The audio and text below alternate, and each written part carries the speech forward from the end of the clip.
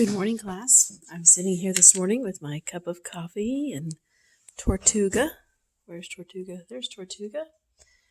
And we are going to go over our work for the day. Today is Friday, April the 3rd, 2020. I hope you've had a good week. Most of this will be not video of me because I'm showing you how to do things. Our daily language this morning is pretty simple. We're taking base words and finding other words that come from the base words.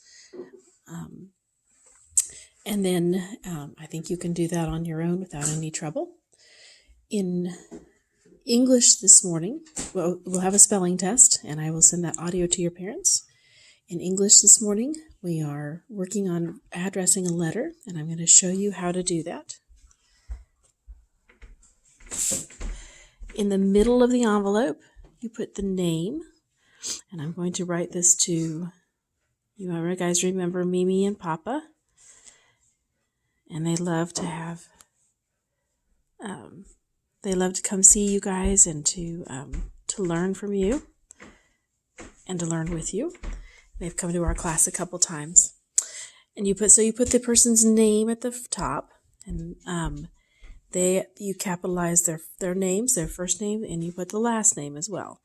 I'm going to put their last name down here.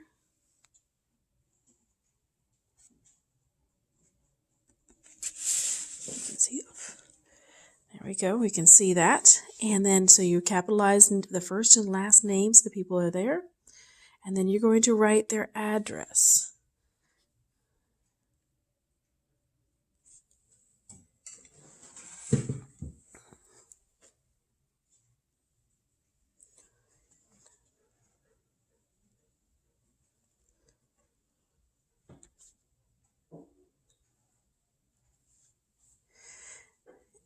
There's their address. Oftentimes, most of the time we print. I just realized I was writing in cursive. Most of the time you print your address, and I didn't think about that. And you write their street address, and then in their apartment, if they live in an apartment, it goes underneath the street address, and then you're going to write the city.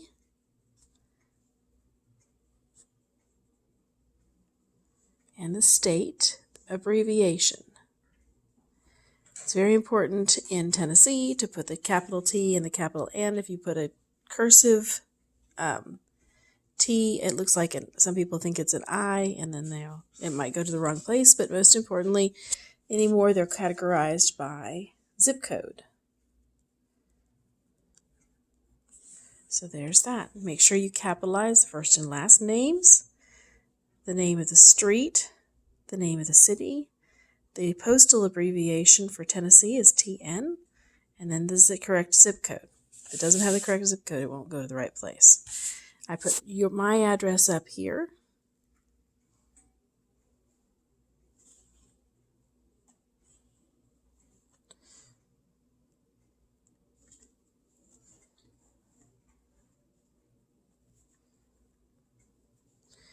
The city.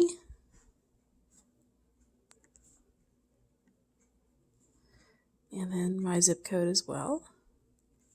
Obviously, if you live in different cities or different parts of the county, then you have different zip codes.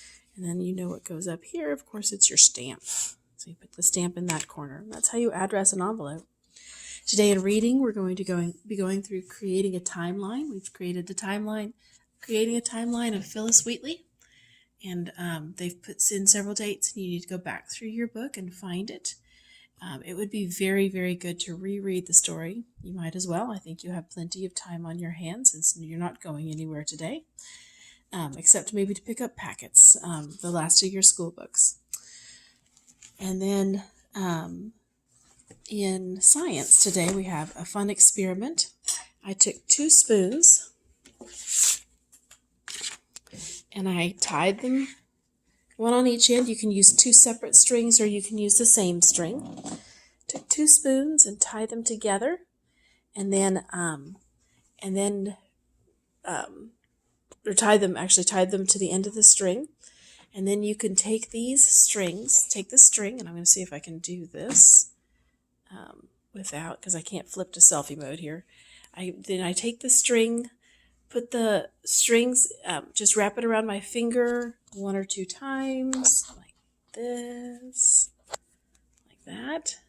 And then on each one, on each string or each side of the string, and then I'll put the strings in my ears, and then I will clang the spoons together, and you can hear the vibrations in ways that you have never heard before. So let me draw you a quick picture on the back here.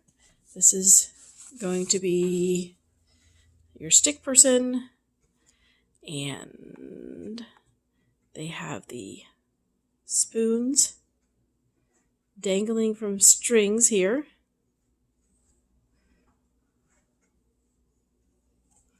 And then they'll put those,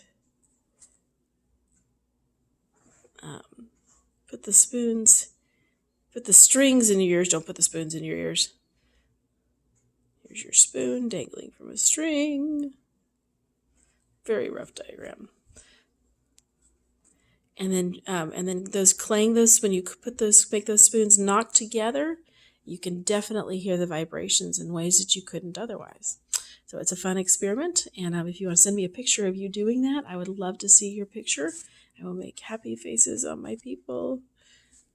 I miss you guys, and I hope you have a great day. I'll probably see your parents or see you. We're just going to drive by and pick up your packets. I'll bring them out to you. Have a great day. Miss you guys. Bye.